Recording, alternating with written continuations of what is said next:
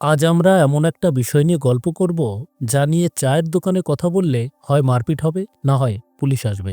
কিন্তু আমরা তো মারপিট করতে আসিনি, আমরা এসেছি বুঝতে। আমাদের আজকের আলোচনার বিষয় ধর্মবিশ্বাস কিভাবে মানুষের নৈতিকতার ১২টা বাজিয়ে দেয় এবং সমাজকে দুর্নীতির স্বর্গরাজ্য বানিয়ে তোলে। ভয় পাবেন না, আমি নাস্তিক্যবাদ প্রচার করছি না। আমি শুধু বলছি কেন আমাদের চারপাশে এত মন্দির, মসজিদ, গির্জা থাকা সত্ত্বেও ঘুষখোর আর জালিয়াতের সংখ্যা কমছে না। চলুন একটা গল্প দিয়ে শুরু করি। আমাদের পাড়ায় দুজন মানুষ আছে। একজনকে ধরুন রাহুল, আরেকজন মহেশ। রাহুল লোকটা অদ্ভুত। সে কোনোদিন মন্দিরে যায় না, কপালে তিলক কাটে না, ইফতারে দাওয়াত খায় না। এমনকি ভগবান বা ঈশ্বর আছে কিনা তা নিয়েও তার কোনো মাথা ব্যথা নেই। কিন্তু মুশকিল হলো রাহুল লোকটা ভীষণ সৎ। অফিসের একটা কলমও সে বাড়িতে আনে না। ট্যাক্স দেয় পাই পাই করে, কাউকে ঠকায় না। অথচ পাড়ার লোকে তাকে বলে, আহা লোকটা ভালো, কিন্তু নাস্তিক, পরকালে নির্ঘাত নরকে পচবে। এবার আসি মহেশবাবুর কাছে। মহেশবাবু আদর্শ মানুষ।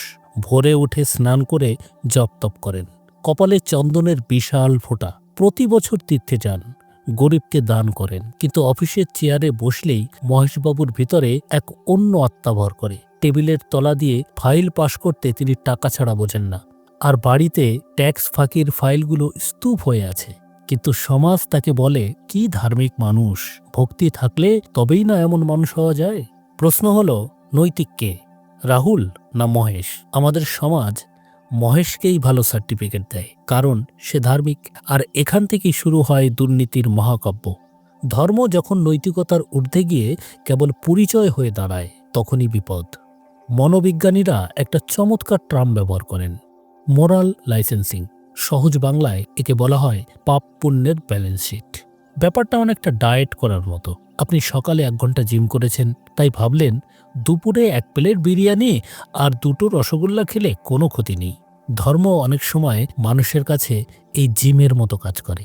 মহেশবাবু যখন সকালে ২ ঘন্টা পুজো করেন বা নামাজ পড়েন, তখন তার অবচেতন মন তাকে একটা সিগন্যাল দেয়, বন্ধু তুমি তো অনেক পুণ্য করে ফেলেছ।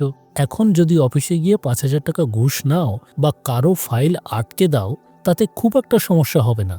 তোমার ব্যালেন্সে তো অনেক পুণ্য আছে, ওখান থেকে একটু কাটাকাটি হবে। এটা একটা মারাত্মক মানসিক ফাঁদ।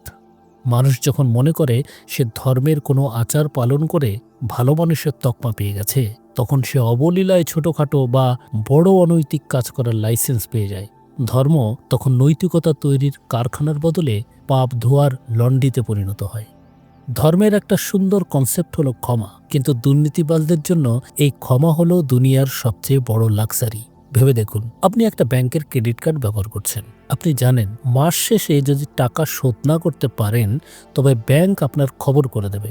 কিন্তু যদি এমন হয় যে আপনি কোটি কোটি টাকা খরচ করলেন, আর মাস শেষে একটা সরি বললেই বা কোনো একটা বিশেষ আচার পালন করলেই সব ঋণ মাপ, আপনি কি আর সাবধানে খরচ করবেন? দুর্নীতিবাজরা ধর্মকে ঠিক এভাবেই দেখে। তারা ভাবে, এখন দুর্নীতি করে টাকা কামাই, পরে হজে চলে যাব বা গঙ্গার ঘাটে গিয়ে সব পাপ ধুয়ে আসব। এটা যেন ঠিক পাপের ইএমআই, ইজি মান্থলি ইনস্টলমেন্ট। অন্যায়ের আগে তাদের মনে ভয় কাজ করে না, কারণ তারা জানে রিফান্ডের অপশন খোলা আছে। ফলে নৈতিকতা বদলে যায় রিচুয়ালে। মানুষ ভালো হওয়ার চেষ্টা ছেড়ে দিয়ে কেবল ধার্মিক সাজার চেষ্টা করে। আমাদের সমাজে একটা ভয়ঙ্কর ট্রেন্ড আছে, গুরু ভক্তি বা পীর ভক্তি। যখন কোনো রক্তমাংসের মানুষকে ঈশ্বরের প্রতিনিধি বা মহাপুরুষ ভাবা শুরু হয়, তখন মানুষের বিচার বুদ্ধি আলমারিতে তালা দিয়ে রাখা হয়। যুক্তির জগতে আমরা বলি আইন সবার জন্য সমান, কিন্তু ভক্তির জগতে বলা হয় গুরু যা করেছেন নিশ্চয়ই তার কোনো গূঢ় অর্থ আছে। যখন কোনো ধর্মীয় নেতা বা প্রভাবশালী ব্যক্তি দুর্নীতির সাথে জড়িয়ে পড়েন, তার অনুসারীরা সেটাকে দুর্নীতি হিসাবে দেখে না, তারা এটাকে দেখে লীলা বা পরীক্ষা হিসাবে। আর যেহেতু তাকে প্রশ্ন করা পাপ, তাই দুর্নীতির ডালপালা মেলার জন্য সবচেয়ে নিরাপদ জায়গা খুঁজে পায়। মনে রাখবেন, যাকে প্রশ্ন করা যায় না সে হয় ঈশ্বর, নয়তো একনায়ক। আর পৃথিবীতে রক্ত মাংসের কোনো মানুষই প্রশ্নের ঊর্ধ্বে নয়। দুর্নীতির একটা বড় রূপ হলো স্বজনপ্রীতি বা নেপোটিজম। ধর্ম এখানে একটা বিশাল ভূমিকা রাখে। ধর্ম মানুষকে শেখায় নিজের ধর্মের ভাইদের সাহায্য করো। শুনতে খুব ভালো শোনায়, তাই না? কিন্তু এর উল্টো পিঠটা দেখুন, যখন একজন অফিসার তার দপ্তরে যোগ্য লোক নিয়োগ না নিয়ে কেবল নিজের ধর্মের লোক বেছে নেয়, তখন সে দুর্নীতি করছে না? যখন কোনো ব্যবসায়ী তার ধর্মের খদ্দেরকে ভালো জিনিস দেয় আর অন্য ধর্মের কাউকে ঠকায়, তখন সেটা কি নীতিহীনতা নয়? ধর্ম মানুষকে একটা বুদবুদ বা বাবলের মধ্যে আটকে ফেলে। আমরা বনাম ওরা, এই বিভাজন যখন তৈরি হয়, তখন আমাদের লোক যদি চোরও হয় আমরা তাকে সমর্থন করি, আর ওদের লোক যদি দেবদূত হয় তবুও আমরা তাকে সন্দেহ করি। এই অন্ধ সমর্থনই হল দুর্নীতির আসল সার। এবার একটু বড় পরিসরে আসি, রাষ্ট্র। একজন রাজনীতিবিদের জন্য সবচেয়ে উপযুক্ত কাজ কি? উত্তর হলো রাস্তা বানানো, স্কুল করা, হাসপাতাল চালানো আর কর্মসংস্থান তৈরি করা। এগুলো করতে গেলে খাটতে হয়, বুদ্ধি লাগে, সততা লাগে, কিন্তু সবচেয়ে সহজ কাজ কি? ধর্ম তুলে ধরা, মানুষের আবেগ নিয়ে খেলা করা। নেতা জানেন, যদি তিনি বলেন আমি 5 বছরে 100টা স্কুল করেছি, তবে মানুষ প্রশ্ন করবে স্কুলের টিচার কোথায়? কিন্তু যদি নেতা বলেন আমাদের ধর্ম বিপদে আছে, তবে মানুষ আর কোনো প্রশ্ন করবে না, তারা লাঠি নিয়ে রাস্তায় নেমে পড়বে। ধর্ম যখন রাজনীতির হাতিয়ার হয়, তখন জবাবদিহিতা জানালা দিয়ে পালায়। তখন আপনি যদি সরকারের দুর্নীতির সমালোচনা করেন, আপনাকেই বলা হবে আপনি ধর্মবিদ্বেষী। দুর্নীতি ঢাকা দেওয়ার জন্য এর চেয়ে বড় ঢাল আর কি হতে পারে? ধর্ম তখন দুর্নীতির সুরক্ষা কবচ হয়ে দাঁড়ায়।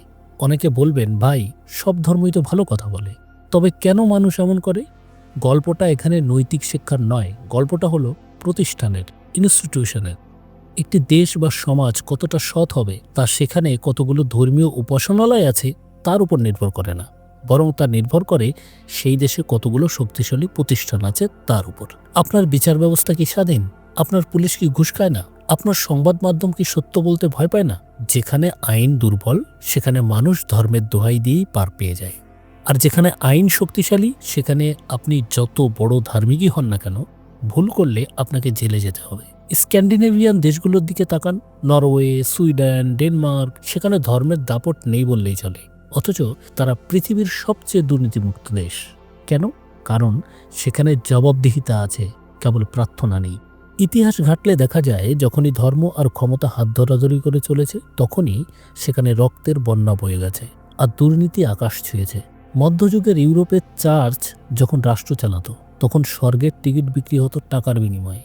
আমাদের দেশেও রাজারা যখন নিজেদের ঈশ্বরের অবতার বলতেন, তখন তাদের বিলাসিতার জন্য প্রজাদের রক্ত চুষে নেওয়া হতো। আজকের দিনেও তার কোনো পরিবর্তন হয়নি, শুধু লেভেল পাল্টেছে। ধর্ম যখন ব্যক্তিগত বিশ্বাস থেকে বেরিয়ে পাবলিক শো অফ হয়ে যায়, তখন তা কেবল ভণ্ডামির জন্ম দেয়। ভেবে দেখুন তো, একজন মানুষ দিনে 5 বার মাথা মাটিতে ঠেকে প্রার্থনা করছে, কিন্তু সেই মাথাতেই আবার অন্যের জমি দখলের চিন্তা ঘুরপাক খাচ্ছে। একজন মানুষ হাজার হাজার টাকার ভোগ চড়াচ্ছে, অথচ তার পাশের বাড়ির অভুক্ত শিশুটির দিকে তাকাচ্ছে না। এই যে বৈপরীত্য, এটাই আমাদের সমাজের আসল ক্যান্সার। তাহলে কি ধর্মই সমস্যার মূল? না, মোটেও না। আসল সমস্যা ধর্ম নয়, আসল সমস্যা হলো অন্ধবিশ্বাস এবং যুক্তিহীনতা। আগুন দিয়ে আপনি যেমন রান্না করতে পারেন, তেমনি অন্যের ঘরও পুড়িয়ে দিতে পারেন। দোষ আগুনের নয়, দোষ ব্যবহারকারীর। ধর্ম যদি আপনাকে দয়ালু করে, পরোপকারী করে এবং নিজের রিপু দমন করতে শেখায়, তবে সেই ধর্ম আশীর্বাদ। কিন্তু ধর্ম যদি আপনাকে অহংকারী করে, অন্যের প্রতি ঘৃণা ছড়াতে শেখায় এবং আপনার ভেতরের চোরটাকে পুণ্যের সার্টিফিকেট দিয়ে আড়াল করে, তবে সেই ধর্ম বিষের চেয়েও ভয়ঙ্কর। আমরা গল্পের শেষ পর্যায়ে চলে এসেছি। তাহলে উপায় কি? আমরা কি সবাই রাহুল হয়ে যাব, নাকি মহেশবাবুর ভণ্ডামি চলতেই থাকবে? সমাধানটা খুব সহজ, কিন্তু মানাটা কঠিন। ধর্মকে ব্যক্তিগত রাখুন, আপনার বিশ্বাস আপনার ঘরের ভেতর, আপনার হৃদয়ে রাখুন। এটাকে রাস্তায় বের করে ক্ষমতার লড়াই বানাবেন না। মনে রাখবেন, নামাজ, পুজো, প্রার্থনা হলো আচার, আর মানুষকে না ঠকানো হলো নৈতিকতা। আচার পালন না করলে আপনি বড়জোর অধার্মিক, কিন্তু নৈতিকতা না থাকলে আপনি অমানুষ। আর সৃষ্টিকর্তা যদি থাকেন, নিশ্চয়ই অমানুষের চেয়ে অধার্মিককে বেশি পছন্দ করবেন, নেতা হোক বা ধর্মগুরু। যদি কেউ ভুল করে, তাকে প্রশ্ন করুন। প্রশ্নহীন আনুগত্যই দুর্নীতির জন্ম দেয়। আইনকে শ্রদ্ধা করুন, পরকালের শাস্তির অপেক্ষায় না থেকে ইহকালের আইনকে শক্তিশালী করুন। যেখানে অপরাধ করলে শাস্তি নিশ্চিত, সেখানে মানুষ এমনিতেই সৎ হয়ে যায়। একটি ভালো সমাজ মন্দির বা মসজিদে তৈরি হয় না, একটি ভালো সমাজ তৈরি হয় স্কুলের ক্লাসরুমে, আদালতের এজলাসে এবং মানুষের বিবেকবান মস্তিষ্কে। যেদিন আমরা ধার্মিক হওয়ার চেয়ে মানুষ হওয়াকে বেশি গুরুত্ব দেব, সেদিনই এই সমাজ দুর্নীতিমুক্ত হবে। আপনার কি মনে হয়, আপনি কি মহেশবাবুর মতো পুণ্যের লাইসেন্স নিয়ে ঘুরছেন, নাকি রাহুলের মতো অধার্মিক কিন্তু সৎ হতে চান? ভাববেন কিন্তু। আজকের মতো এখানে শেষ করছি। যদি এই কথাগুলো আপনার চিন্তার খোরাক যোগায়, তবে অন্যদের সাথে শেয়ার করুন। মনে রাখবেন, অন্ধকারের চেয়েও ভয়ঙ্কর হলো অন্ধবিশ্বাস। ভালো থাকবেন, সুস্থ থাকবেন এবং অবশ্যই প্রশ্ন করতে ভুলবেন না। নমস্কার।